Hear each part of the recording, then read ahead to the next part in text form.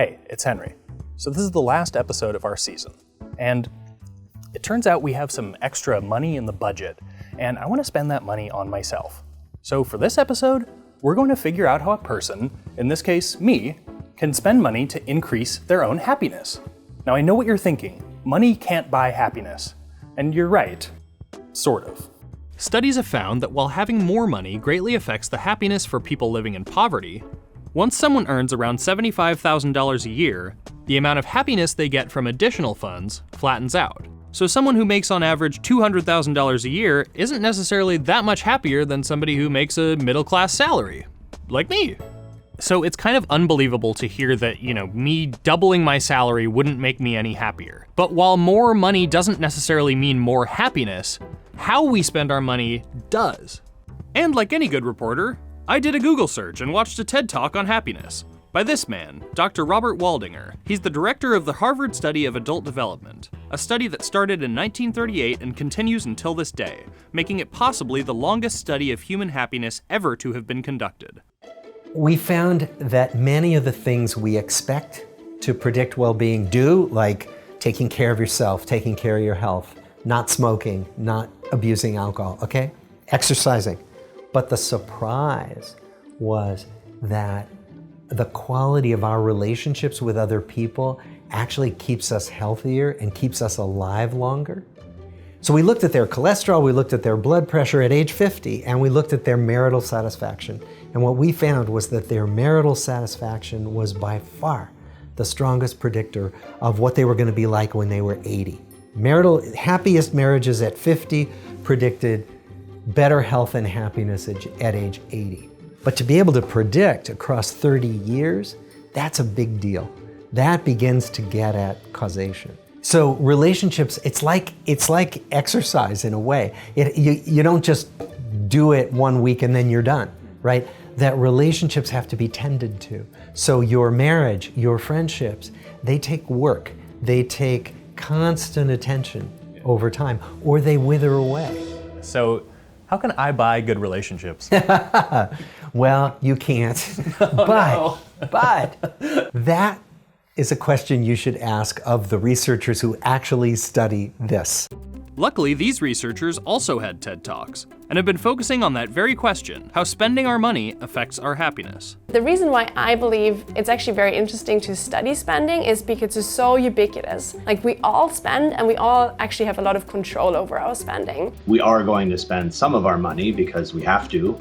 And are we really thinking about spending it in ways that might actually make us happy? And if yes, what can we learn as researchers to help people? So there's a lot of methodology and findings that come from research done by people like Sandra and Michael, but I wanted to boil down some of the biggest takeaways. First off, and this shouldn't come as a surprise, but spend money on building social relationships.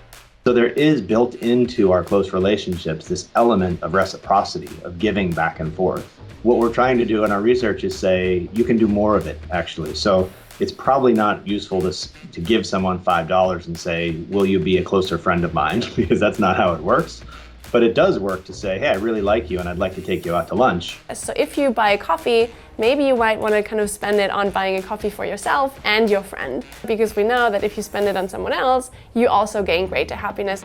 The next big point is to spend more money on experiences and less on things.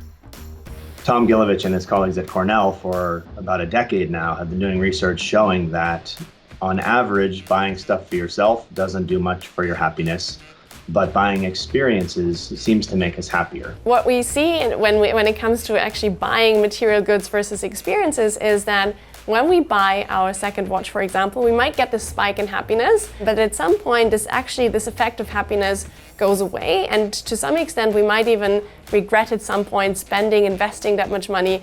Whereas if we have experiences, we kind of go to a concert, there's this effect of anticipated happiness. So we look forward to going to the concert for 2 weeks, even like building up to the experience.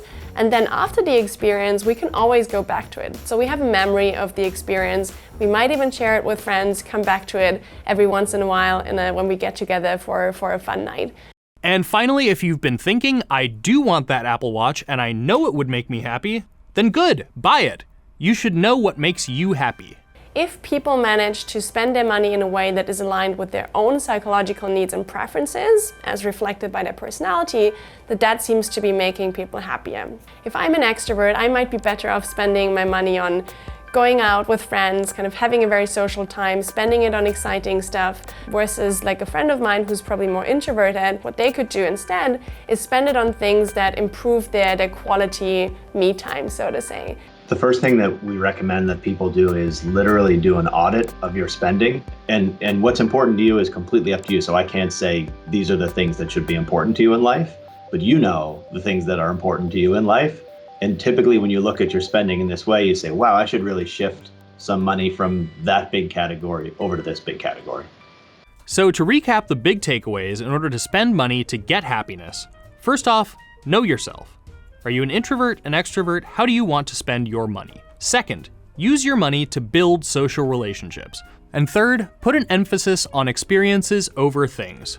So if I were to analyze myself for my money, if I'm getting the best return, I am a person who loves my family and I love sharing experiences with them around food. So I'm thinking I will spend that extra budget money, for the purposes of the show, to take my mom with me to Italy. And we have some fantastic meals. What are we looking at? Yeah. So it turns out we got like $35.20 left in the budget. So, hey, Mom, do you want to go to the Olive Garden tonight?